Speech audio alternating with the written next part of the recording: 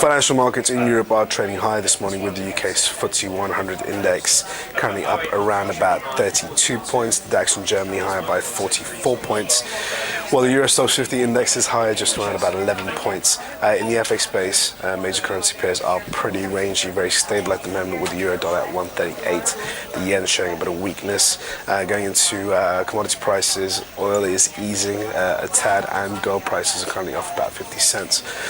And finally, in core government bonds, both UK gilts and German bonds are tracking lower, and that's generally due to the firmer risk appetite on board in financial markets. Good morning, I'm Mishak Siddiqui. I'm back with another daily market bite. I'm going to give you guys a quick idea of what's going on in financial markets around the world today. So going back to what's really driving sentiment at the moment, we had a very positive session in the US on Friday, with Wall Street adding gains. That was on the back of a pretty strong consumer confidence report out from the US. Going into the Asian session, that obviously helped Asian markets overnight. We have to remember that we are ending the first quarter of 2014, and from tomorrow onwards we are kicking off the second quarter. So we are seeing a bit of window dressing, which is quite traditional at the end of the month, when markets essentially having to adjust themselves before the next quarter starts. We've had a pretty rough quarter when it comes down to what's been going on in financial markets, with the geopolitical tensions in Ukraine.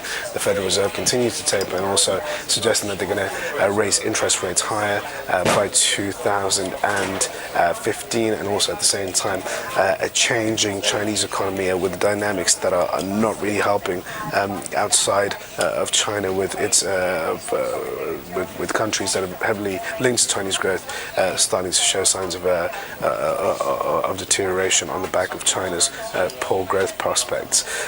Now, Asian markets nonetheless did pretty well last night. They continued to track high, and that was in the face of very bad Japanese industrial production data, which caused a bit of worries about Abenomics and if that's working or not. But nonetheless, Asian markets did move higher, and they moved higher on the back of the global optimism around the US economy, and what's generally just seen as better conditions than we thought, after, given the fact that we've had all these geopolitical tensions on board.